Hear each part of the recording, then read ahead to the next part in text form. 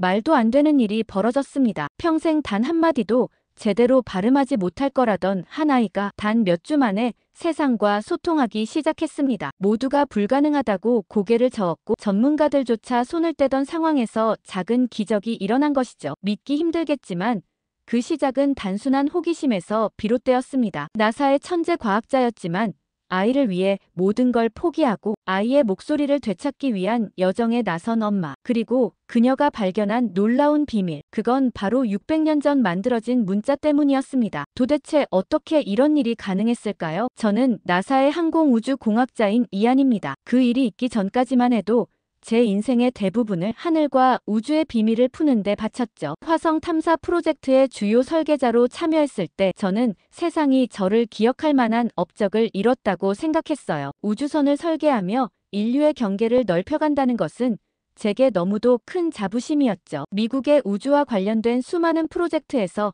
저는 중심 역할을 맡았습니다. 나사 내부에서도 저는 언제나 믿음직한 전문가로 불렸고 항상 그 기대에 부응하기 위해 최선을 다했습니다. 수십억 달러가 걸린 프로젝트들 속에서 작은 오류 하나 없이 정확한 설계를 내놓는 건 보통 일이 아니었지만 저는 그 도전에 중독되다시피 했어요. 화려한 경력을 쌓아가며 제 인생은 늘 바쁘고 가득 찼죠. 그러다 45살이 되던 해였어요. 저의 삶에 상상조차 하지 못했던 새로운 변화가 찾아왔습니다. 결혼 후 오랜 시간이 흘렀지만 아이를 갖지 못했던 저는 연구와 일에 몰두하며 아이에 대한 생각을 일부러 멀리했어요. 그런데 어느 날 기적 같은 소식을 듣게 되었습니다. 제가 엄마가 된다는 사실을요. 아이가 태어난다는 건 제게 말로 다 표현할 수 없는 감격이었어요. 화성과 달의 미스터리를 풀기 위해 연구하던 저였지만 생명을 잉태한다는 건 우주 탐사와는 또 다른 그 어떤 과학적 발견보다도 놀랍고 경이로운 일이었습니다. 새로운 생명이 제 삶을 어떻게 바꿀지 기대하며 저는 그 누구보다도 행복한 예비 엄마가 되었죠. 그렇게 태어난 아이의 이름은 루카스입니다. 우주에서 찾는 가능성처럼 루카스는 모든 가능성을 안고 태어난 존재였어요. 그 작은 손가락과 눈을 뜨고 저를 바라보는 순간에 기적 같은 느낌은 지금도 잊혀지지 않아요. 저는 그 아이를 안고 모든 것이 바뀌었다고 느꼈습니다. 루카스는 제가 걸어온 과학의 길에 새로운 목표를 심어준 존재였어요. 하지만 인생은 그렇게 단순하지 않았습니다. 루카스가 2살이 되기까지는 별다른 문제가 없었지만 어느 순간 이상함을 느꼈어요. 또래 아이들처럼 말을 배워야 할 시기에 루카스는 단어 한마디 내뱉지 않았습니다. 처음에는 그저 아이마다 발달 속도가 다르다는 말을 듣고 안심하려 했어요. 그러나 시간이 지나도 상황은 나아지지 않았습니다. 결국 병원을 찾게 되었고 여러 전문가와 상담을 진행했어요. 루카스의 발음 기관에는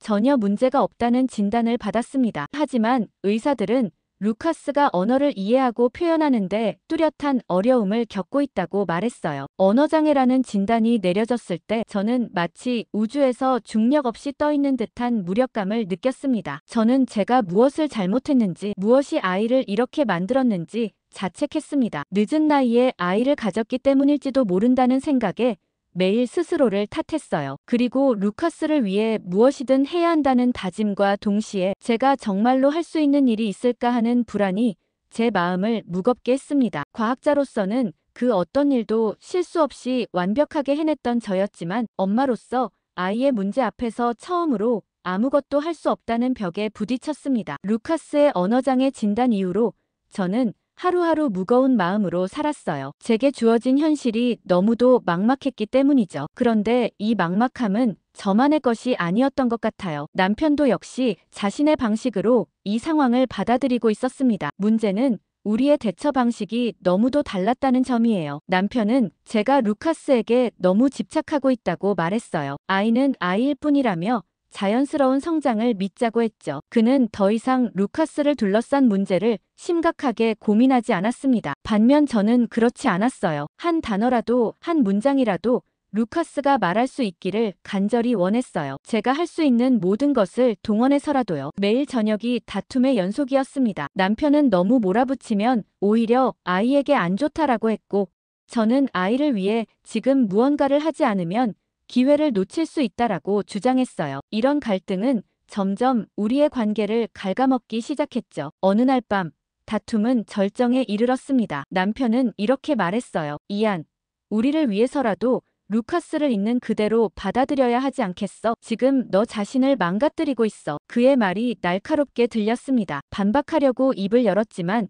그 순간 제 안에서 뭔가가 무너지는 느낌이 들었어요. 그날 이후로 우리는 더 이상 같은 방향을 바라볼 수 없다는 것을 깨달았어요. 결국 이혼이라는 선택을 할 수밖에 없었습니다. 이혼 서류에 서명하던 날 저는 형언할 수 없는 무력감과 슬픔에 휩싸였어요. 당시 저는 모든 것이 제 탓인 것만 같았고 제 아이의 문제 하나 해결하지 못하는 저 자신이 한없이 초라해 보였어요. 이혼 후 저는 도시에서의 삶을 정리하고 새로운 시작을 결심했습니다. 루카스를 위해서라도 제게 더 단순하고 평온한 환경이 필요하다고 느꼈거든요. 당시 20년간 몸담았던 나사를 떠나면서 동료들은 제가 미쳤다고 했습니다. 여자 과학자로서 이 자리까지 오는 게 얼마나 힘들었는지 알면서 화성 탐사 프로젝트의 핵심 연구원이 모든 것을 포기한다는 게 말이 되느냐고 했죠. 하지만 제게 중요한 건 그런 커리어가 아니었어요. 제게 주어진 시간을 온전히 루카스에게 쓰기 위해 시골로의 이주는 필수라고 느꼈죠. 모든 걸 내려놓고 아이에게 집중해야 한다고 생각했거든요. 저희가 이주한 곳은 매사추세츠 교외의 작은 마을이었고 그곳에는 특수아동을 위한 작은 학교가 있었어요. 바람에 흔들리는 논과 밭 그리고 오래된 나무, 울타리가 있는 집들이 주위를 둘러싼 이곳에서 저는 삶의 속도를 늦출 수 있었습니다. 루카스를 이 학교에 보내기로 결정했을 때 처음엔 걱정이 많았어요. 아이가 새로운 환경에서 적응할 수 있을지, 그리고 이 작은 마을에서 그가 필요한 교육을 충분히 받을 수 있을지 고민했죠. 하지만 시간이 지나면서 이 학교와 마을 사람들의 따뜻한 환대에 저도 루카스도 점점 익숙해졌습니다. 이곳에서의 삶은 단순했습니다. 아침이면 루카스를 학교에 데려다주고 학교에서 준비한 언어치료 세션에 함께 참여했어요. 수업이 끝난 후에는 마을 도서관에서 함께 시간을 보냈고 저녁이면 조용한 시골길을 산책했죠. 도시에서의 분주한 삶과는 너무도 달랐어요. 루카스는 이 학교에서 본격적으로 언어장애 치료를 받기 시작했고 저도 루카스에게 온전히 집중하기 시작했습니다. 그렇게 저는 루카스와 함께 새로운 삶을 이어갔어요. 시간이 지나면서 느낀 것은 아이와 함께 작은 성취를 쌓아가는 이 과정이 제게 진정한 만족감을 준다는 점이었어요. 나사에서 우주선을 설계하며 느꼈던 성취감과는 전혀 다른 차원의 기쁨이었죠. 그러나 이곳에서의 삶도 쉬운 건 아니었어요. 무엇보다 루카스의 언어 치료가 저를 점점 더 지치게 했죠. 처음에는 희망을 품고 언어치료 전문가들과 상담을 시작했어요. 가까운 학교에서 추천받은 치료사부터 전국적으로 유명하다는 전문가까지 찾아다녔죠. 하지만 결과는 똑같았어요. 모두들 소리를 내는 기관에는 문제가 없다고 했지만 언어장애 진단을 내렸습니다. 그 대답을 들을 때마다 더 큰 벽에 부딪힌 기분이었어요. 이상이 없는데 왜 아이는 말을 하지 못할까? 왜 그의 마음속 말을 전해들을 방법이 없는 걸까? 의사와 전문가들은 발달 지연일 가능성을 언급하며 시간이 필요하다고 했지만 저에겐 그 시간이 너무 길게만 느껴졌어요. 아이를 위해 할 수 있는 건 다 해야 한다는 생각에 루카스가 받는 치료법과 자료들을 집에서 직접 공부했어요. 전문가들이 사용하는 장난감이나 발음 훈련 도구를 사서 밤마다 연습했죠. 루카스가 제 말을 이해하려고 애쓰는 모습을 볼 때마다 마음이 아리기도 했지만 한편으론 작은 진전도 너무나 감사했어요. 하지만 그런 순간은 드물었고 결과는 기대에 미치지 못했어요. 어느 날 루카스가 아침에 식탁에서 울음을 터뜨렸어요. 제가 준비한 아침 식사 때문인지 무언가 불편해서인지 아니면 단순히 그날의 기분 때문인지 알 수 없었어요. 이유를 물어도 그는 그저 울기만 했죠. 그의 눈물을 보며 저는 아이의 마음을 이해하지 못하는 제 자신이 너무 초라하게 느껴졌어요. 그날 밤 서재에 앉아 루카스의 치료와 발달 기록을 검토했어요. 그의 치료 과정을 돌아보며 내가 놓친 것은 없을까? 라고 스스로 물어봤어요. 전문가들의 조언도 제가 따라한 훈련도 왜 효과를 발휘하지 못하는지 이유를 찾으려 했죠. 수많은 책과 논문을 읽었지만 명확한 해답을 찾을 수 없었어요. 저는 밤마다 죄책감에 짓눌려 루카스를 위한 연구를 찾아봤죠. 단순히 아이의 말을 듣고 싶은 마음 때문만은 아니었어요. 루카스가 표현하지 못하는 불편함과 감정을 제가 놓치고 있다는 죄책감이 저를 짓눌렀어요. 혹시라도 제가 그를 위해 더 노력했다면, 그의 마음을 더 잘 알아챌 수 있었다면 상황이 달라지지 않았을까 하는 생각이 머릿속을 떠나지 않았어요. 아이는 잠들어 있었지만 저는 늘 서재에 남아 자료를 뒤적였죠. 새벽 2시를 넘기며 연구하는 날도 부지기수였어요. 루카스를 위해 모든 걸 쏟아붓고 싶은 마음과 동시에 그동안의 노력이 결과로 이어지지 않는 현실이 저를 절망하게 만들었죠. 이따금씩 루카스의 치료를 돕던 선생님과 대화를 나눌 때마다 엄마가 아이에게 보여주는 관심과 노력이야말로 최고의 치료입니다라는 말을 들었어요. 책상에 앉아있는 시간 동안은 스스로를 자책하지 않을 수 있었죠. 그래서 매일 밤 서재에서 연구를 했는지도 모르겠어요. 늦게까지 자료를 찾아보고 매일 밤 잠들기 전에 저는 침대 옆에서 루카스를 바라보며 스스로를 다독였어요. 이안, 오늘도 최선을 다했잖아. 하지만 그런 위로는 잠시뿐이었어요. 몇 분 지나지 않아 그래도 뭔가 더 할 수 있지 않았을까? 라는 질문이 다시 제 머릿속을 채웠어요. 결국 이런 생각들이 쌓여 밤새도록 잠 못 드는 날들이 이어졌어요. 이렇게 몇 주, 몇 달이 지나면서 저는 확신했어요. 지금의 방법만으로는 부족하다는 것을요. 뭔가 새로운 접근이 필요하다는 생각이 머릿속에 맴돌기 시작했어요. 하지만 그게 무엇일지, 어디서 시작해야 할지는 여전히 알 수 없었어요. 답을 찾고자 하는 갈망과 어떻게 해야 할지 모르는 무력감이 뒤섞인 밤들은 계속되고 있었습니다. 루카스의 언어 치료가 지지부진하던 어느 날 학교 측에서 언어 치료 전문가인 앨리슨 브라운 선생님과 상담 일정을 잡아줬어요. 앨리슨은 이 마을에서 꽤 오랜 기간 아이들의 언어 발달 문제를 다뤄온 경험 많은 치료사였어요. 그녀를 처음 만난 날 저는 그동안 상담했던 수많은 전문가들과 비슷한 결과를 듣게 될 게 뻔하다고 생각했죠. 기대보다는 두려움에 가까운 마음으로 그녀의 사무실 문을 열었습니다. 앨리슨의 사무실은 예상보다 아늑했어요. 아이들을 위한 알록달록한 교구와 도구들이 정리되어 있었고 벽에는 밝은 색감의 그림과 응원 메시지가 적힌 포스터들이 붙어 있었어요. 그녀는 따뜻한 미소로 저를 맞이했어요. 그런 모습에 잠시나마 긴장이 풀리기도 했지만 제가 그녀 앞에서 솔직하게 모든 것을 털어놓을 수 있을지 확신은 없었어요. 상담은 루카스의 현재 상태와 치료 과정을 공유하는 것으로 시작됐어요. 저는 그동안의 치료 과정과 아이가 보여준 작은 변화들, 그리고 여전히 풀리지 않은 문제들에 대해 이야기했어요. 앨리스는 제 얘기를 주의 깊게 들으면서 고개를 끄덕였어요. 그녀는 제가 이야기를 끝낸 뒤 말했어요. 이안, 지금까지 정말 많은 노력을 하셨네요. 아이를 위해 최선을 다하고 계신 게 느껴져요. 그녀의 말은 저를 잠시 안심시켰지만 동시에 제가 느끼는 무력감과 자책감은 여전히 제 속에 자리 잡고 있었어요. 그래서 그녀에게 이렇게 얘기했어요. 그런데도 아무것도 변하지 않는 것 같아요. 제가 뭔가를 잘못하고 있는 건 아닐까요?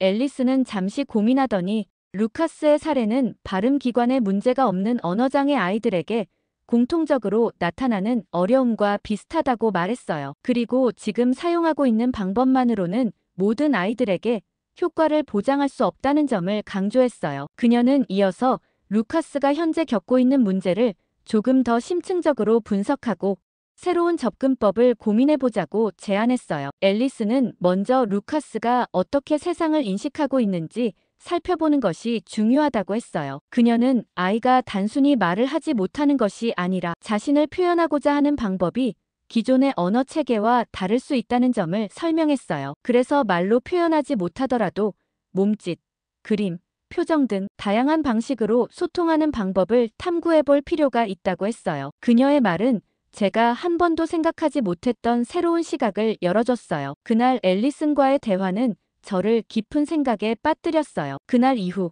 저는 앨리슨의 도움을 받아 루카스와의 새로운 소통 방법을 하나씩 실험해 보기로 결심했어요. 여전히 모호하고 어려운 점이 많았지만 아이의 마음을 이해하려는 노력 자체가 제가 놓치고 있었던 중요한 첫걸음이라는 것을 깨닫기 시작했거든요. 루카스의 언어장애를 극복하는 길은 단순히 말을 가르치는 것이 아닌 그와 함께 새로운 소통의 가능성을 탐구하는 과정임을 실감하고 있었습니다. 그런데 루카스가 극적으로 변하게 된 계기는 모두 한국인 교사 유진 덕분이었어요. 사실 처음 그녀를 본 순간 저는 그녀의 어눌한 영어 발음과 다소 소극적인 태도에 살짝 실망했어요. 그녀가 회의 중에 의견을 발표할 때면 독특한 억양 때문에 웃음이 나올 뻔한 적도 있었죠. 속으로는 이런 교사가 과연 아이들에게 긍정적인 영향을 줄 수 있을까라고 의문을 품었어요. 하지만 시간이 지나며 유진 선생님의 진정한 모습이 드러나기 시작했어요. 그녀는 아이들에게 정말로 다정하고 친절했어요. 모든 아이들에게 눈을 맞추며 이름을 불러주고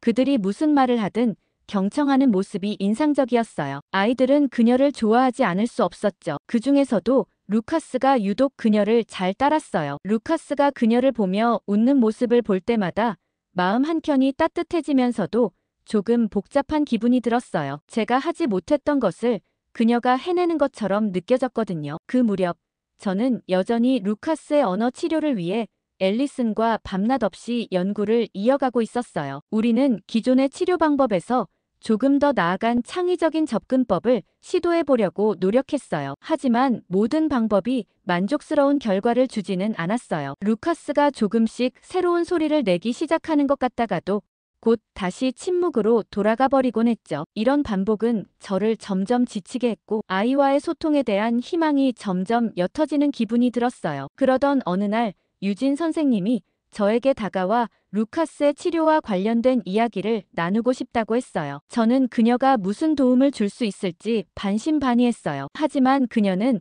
한글이라는 한국 문자를 소개하며 그것이 루카스와 같은 아이들에게 도움이 될 수도 있다는 이야기를 꺼냈어요. 처음에는 솔직히 회의적이었어요. 그녀가 말하기를 한글은 자음이 발음 기관의 모양을 본떠 만들어졌고 단순하면서도 체계적이라 학습하기에 적합하다고 했어요. 그러나 이 설명을 듣는 동안 제 안에서 작은 호기심이 움직이기 시작했어요. 과학자로서 발음 기관의 모양을 본떴다는 점은 그 자체로 매우 흥미로웠어요. 유진 선생님은 저에게 한글의 기본 구조를 간단히 보여줬어요. 그리고 이 문자는 아주 단순한 기호 같지만 그 안에는 언어학적 원리가 담겨 있어요라고 말했어요. 그녀는 한글이 다른 언어와 달리 학습에 필요한 부하가 적으며 단순하고 직관적인 구조 덕분에 언어장애를 가진 아이들에게도 긍정적인 영향을 줄 가능성이 있다고 강조했어요. 그녀의 말을 듣고 나서도 저는 여전히 반신반의했어요. 한편으로는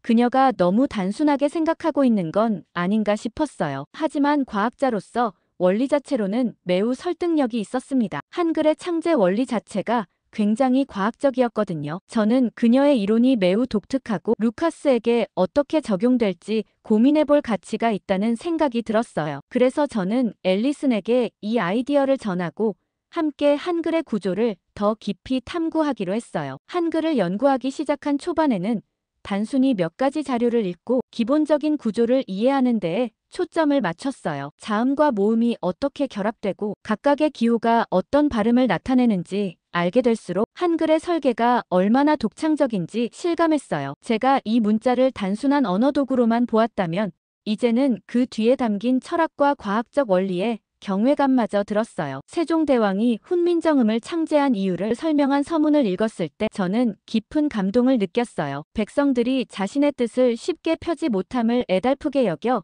새 문자를 만드노라는 그의 진심 어린 메시지. 마치 우리 루카스를 위해서 쓴 것만 같았죠. 백성을 이렇게 사랑하는 군주가 있었을까 의아할 정도였어요. 물론 한글을 루카스의 치료 과정에 어떻게 접목시킬지는 막막했어요. 하지만 그때는 뭔가 새로운 가능성을 찾았다는 것만으로도 희망을 느낄 수 있었어요. 한글을 연구하기 시작하면서 저는 그 문자가 단순히 독특한 언어 체계라는 것을 넘어선다는 사실에 점점 놀라기 시작했어요. 특히 자음과 모음이 발음 기관의 모양과 동작을 본떠 만들어졌다는 점이 굉장히 흥미로웠어요. 과학자로서 이 개념은 단순히 언어학적인 흥미를 넘어서 실제로 신경과학적 기반이 있는지 탐구하고 싶은 욕구를 자극했어요. 이처럼 글자가 인간의 신체와 밀접하게 연관되어 설계되었다는 사실은 다른 어떤 문자에서도 찾아볼 수 없었거든요. 특히 자음의 모양이 입술, 혀, 목구멍 등 발음 기관의 움직임을 시각적으로 나타낸다는 점에 감탄했어요. 이 단순하면서도 직관적인 원리는 그동안 제가 접해온 복잡한 과학 이론과는 또 다른 방식으로 인간의 본질에 다가가는 것 같았어요. 더구나 한글의 모음은 천지인을 상징하며 하늘, 땅, 사람을 표현한다고 하더라고요. 단순한 언어 기호라고 생각했던 것이 인간과 자연의 조화를 담은 철학적 산물이라는 것을 알게 되었죠. 이러한 깨달음을 얻은 저는 한글을 루카스의 치료에 도입해보겠다는 결심으로 이끌었어요. 처음에는 과연 루카스가 새로운 문자 체계를 받아들일 수 있을지 의구심이 들기도 했지만 그 가능성을 간과할 수 없었어요. 특히 앨리슨과 논의하면서 한글의 직관적인 구조가 루카스처럼 발음 기관에는 문제가 없지만 언어적 표현에 어려움을 겪는 아이들에게 유용할 수 있다는 생각이 점점 확고해졌어요. 그러던 중 저는 우연히 오래된 연구자료 하나를 발견했어요. 해당 연구는 한글이 발음 기관과 신경망의 자연스러운 연결을 촉진할 수 있다는 가능성을 다룬 내용이었어요. 연구 내용은 꽤 오래된 것이었고 현대 기준에서 보면 신뢰성이 떨어질 수도 있는 자료였어요. 하지만 우리 아이에게 희망이 될 수 있는 무언가가 거기에 있다고 느꼈어요. 평소 같았으면 이런 자료를 그냥 넘겼겠지만 루카스를 위해서는 그 작은 가능성마저 놓칠 수 없었어요. 연구에서 주장하는 내용은 간단했어요. 한글이 가진 직관적인 설계가 언어장애를 겪는 아이들에게 특히 유익할 수 있다는 점이었죠. 그 연구는 아직 충분히 입증되지 않았고 학계에서도 주목받지 못한 듯 했어요. 하지만 그 순간 저는 그런 세부 사항들을 중요하게 생각할 여유가 없었어요. 무엇보다 이 연구가 주장하는 원리가 루카스에게 적용될 가능성이 조금이라도 있다면 저는 시도해볼 가치가 있다고 판단했어요. 제 손에 든 이 자료가 바로 우리 아이를 위한 새로운 문을 열어줄지도 모른다고 생각했어요. 결국 저는 한글에 대해 더 깊이 탐구하기로 마음먹었어요. 이 언어가 가진 독특한 구조와 원리가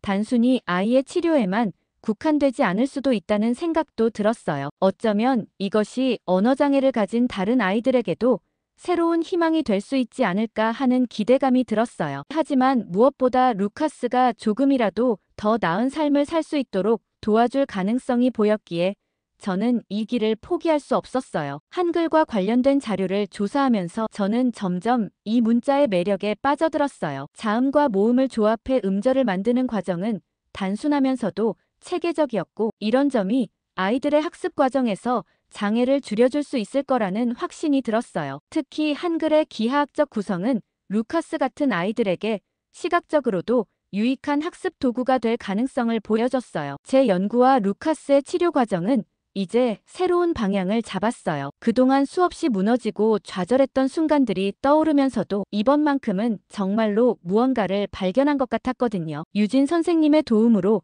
저는 루카스에게 한글 자음을 통해 소리와 글자의 관계를 이해시키는 작업을 시작했어요. 처음에는 이 방법이 과연 효과가 있을지 의문이 많았지만 한글이 가진 구조적 특징이 루카스에게는 어떤 특별한 열쇠가 될 수 있겠다는 희망을 품었어요. 유진 선생님은 한글의 자음이 발음 기관을 본떠 만들어졌다는 사실을 다시 한번 강조하며 미음이라는 글자로 시작하자고 제안했어요. 이 글자는 입술을 다물고 소리를 내는 거예요 라고 유진이 설명했어요. 저는 그 설명을 바탕으로 루카스에게 직접 시범을 보였어요. 제 입술을 꼭 다물고 음소리를 내며 이건 미음이라는 글자예요 라고 말했죠. 루카스는 고개를 갸웃하며 제 얼굴을 바라봤어요. 그는 여전히 글자와 소리를 연결하는 법을 이해하지 못한 듯 했어요. 하지만 저는 서두르지 않기로 마음먹었어요. 이런 작업은 시간이 걸릴 수밖에 없으니까요. 2주일쯤 지났을까 몇 번의 반복 끝에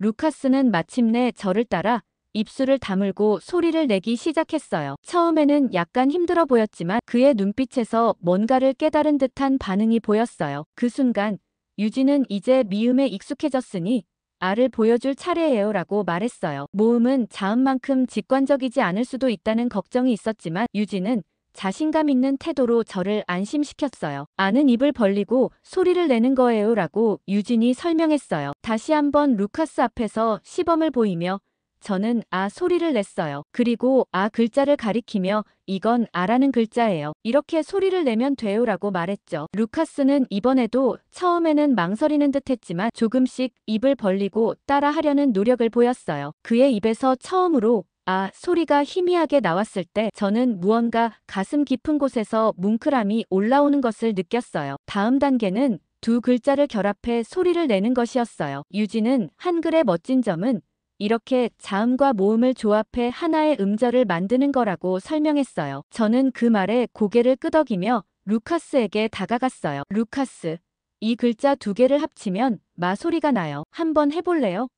라고 말했어요. 그는 잠시 글자를 바라보더니 입술을 다물고 이어서 입을 벌려 소리를 냈어요. 비록 완벽하지 않았지만 그의 입에서 말하는 소리가 들려왔을 때 저는 눈물을 참을 수 없었어요. 그날의 가장 감격적인 순간은 루카스가 처음으로 마마라는 단어를 완성했을 때였어요. 마마를 순서대로 연습하며 소리를 낼 때마다 그는 점점 더 자신감을 얻는 듯 했어요. 그리고 마침내 마마라는 단어를 분명하게 발음했어요. 그 순간 제 온몸에 전율이 흘렀어요. 루카스가 그렇게 또렷하게 소리를 내는 것은 처음이었거든요. 옆에서 지켜보던 앨리슨 역시 감격한 나머지 손으로 입을 가리고 있었어요. 그녀는 이건 정말 놀라운 일이에요. 이안, 당신과 루카스가 해냈어요 라고 말했어요. 저도 앨리슨도 눈물을 참을 수 없었어요. 그것은 단순히 한 단어를 발음한 것이 아니었어요. 그것은 루카스와 제가 함께 이뤄낸 첫 번째 진정한 성과였고 그의 언어적 장벽을 넘어설 수 있다는 희망의 증거였어요. 이 모든 게 유진 선생님과 한글 덕분이었죠. 그날 밤 저는 루카스를 재운 후 한참 동안 그가 발음한 마마라는 단어를 떠올렸어요. 너무나 평범하고 간단한 단어였지만 저에게는 그 어떤 과학적 성과보다도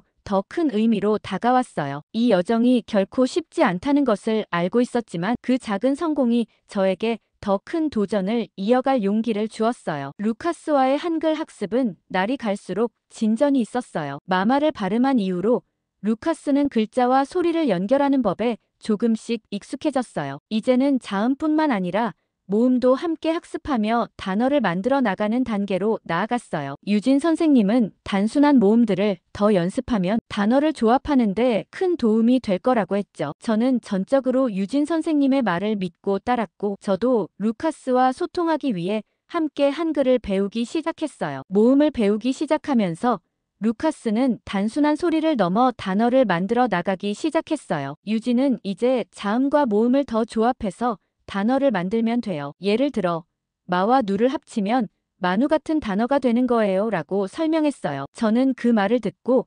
루카스에게 새로운 연습을 시도했어요. 처음에는 익숙하지 않아 힘들어했지만 시간이 지나면서 그는 자음과 모음을 조합해 단어를 말하기 시작했어요. 그의 진전은 놀라웠어요. 모음을 추가할 때마다 루카스는 새로운 단어를 만들어냈고 단어를 통해 세상을 조금씩 이해하기 시작했어요. 물론 처음 만든 단어들은 실제 단어가 아니었지만 발음하기 편한 단어부터 하나둘씩 만들어갔죠. 이 모든 건 유진 선생님이 만들어낸 체계적인 훈련법이었어요. 그러던 어느 날 나사 측의 긴급 요청으로 마을을 떠나 본사로 잠시 가야 했어요. 매일 루카스의 연습에 따라다녔는데 그날만큼은 본사로 가야 했죠. 마음이 불편하면서도 유진 선생님이 있으니 걱정은 접어두고 본사로 다녀왔습니다. 생각보다 시간이 많이 지나버리는 바람에 유진 선생님은 퇴근 시간이 지났는데도 루카스를 맡아주셨죠. 급히 루카스를 데리러 갔는데 저를 보자마자 루카스가 무어라 얘기를 했어요. 저는 무슨 말을 했는지 알아듣지 못했어요. 단어들이 어눌했고 낯선 발음으로 들렸으니까요. 하지만 유진이 그 말을 듣고 눈을 크게 뜨며 제게 말했어요. 이안, 루카스가 엄마 사랑해라고 했어요. 라고요. 그 순간 저는 말을 잃었어요. 루카스가 저를 향해 말하는 표정을 보며 가슴이 터질 것 같았어요. 저는 그를 꼭 안아주고 눈물을 흘렸어요. 그는 무슨 일이 일어나고 있는지 몰랐겠지만 저를 따라 환하게 웃었어요. 그의 작은 입에서 나온 첫 문장이 저에게는 모든 세상의 기쁨을 한 곳에 모아둔 것 같았어요. 유진이 곁에서 그 문장의 의미를 다시 한번 설명하며 제 손을 꼭 잡아줬어요. 이안, 당신의 아들이 당신을 사랑한대요라고 말했어요. 저는 그의 말을 듣고 다시 한번 루카스를 바라봤어요. 그는 제 얼굴을 바라보며 작은 손으로 제 손을 잡고 있었어요. 그 순간 모든 고난과 고통이 희미해지는 듯 했어요. 저는 그를 꼭 안아주며 속삭였어요. 나도 사랑해 루카스. 그날 밤은 제 인생에서 가장 감동적인 날 중 하나였고 저는 루카스를 재우고 방으로 돌아와 한참 동안 혼자 울었어요. 그동안 제가 이룬 수많은 업적과 성취들, 그리고 학문적 연구들이 떠올랐어요. 하지만 오늘처럼 진정으로 가슴 벅찬 순간은 없었던 것 같았어요. 그는 단지 말을 한 것이 아니었어요. 그는 저와 소통하고자 하는 자신의 마음을 표현한 거였어요. 그것은 과학이나 연구로 설명할 수 없는 기적 같은 순간이었어요. 한글을 통해 루카스가 작은 기적을 만들어낸 후에 저는 단순히 아이에게 새로운 말을 가르치는 것을 넘어 한글 자체를 연구 대상으로 삼기로 결심했어요. 한글은 그저 언어가 아니라 발음기관과 직관적으로 연결된 과학적 도구라는 사실이 점점 더 분명하게 다가왔거든요. 저는 유진과 함께 한글의 구조를 면밀히 분석하며 언어장애 치료에 적용할 가능성을 깊이 탐구하기 시작했어요. 한글은 자음과 모음의 조합으로 이루어져 있어요. 특히 자음은 발음기관의 모양을 본떠 만들어졌고, 모음은 하늘과 땅 그리고 사람의 조화라는 철학적 개념을 반영한다고 해요. 이 독특한 체계는 단순한 글자 이상의 과학적 원리를 내포하고 있었어요. 예를 들어 미음은 입술을 다물었을 때의 모양이고, 니은은 혀끝이 윗니에 닿았을 때의 움직임을 반영하죠. 이런 직관적인 설계 덕분에 발음기관에 물리적 문제가 없는 아이들에게는 한글이 소리를 배우는데 훨씬 유리한 도구로 작용할 수 있었어요. 저는 한글이 뇌의 시각적 요소와 운동적 요소를 동시에 자극한다는 점에 주목했어요. 글자의 시각적 구조가 뇌의 특정 영역을 활성화하고 발음기관의 움직임과 자연스럽게 연결된다는 점은 언어 치료의 새로운 가능성을 열어줄 수 있었거든요. 기존의 언어 치료법은 종종 소리와 의미를 직접 연결하려다 보니 시간이 오래 걸리고 아이들이 중도에 포기하기 쉬웠어요. 하지만 한글은 글자 하나하나가 발음과 직결되어 있어 아이들에게 훨씬 직관적이었어요. 앨리슨 역시 제 연구에 큰 흥미를 보였어요. 그녀는 제가 한글을 통해 루카스와 작업한 결과를 보고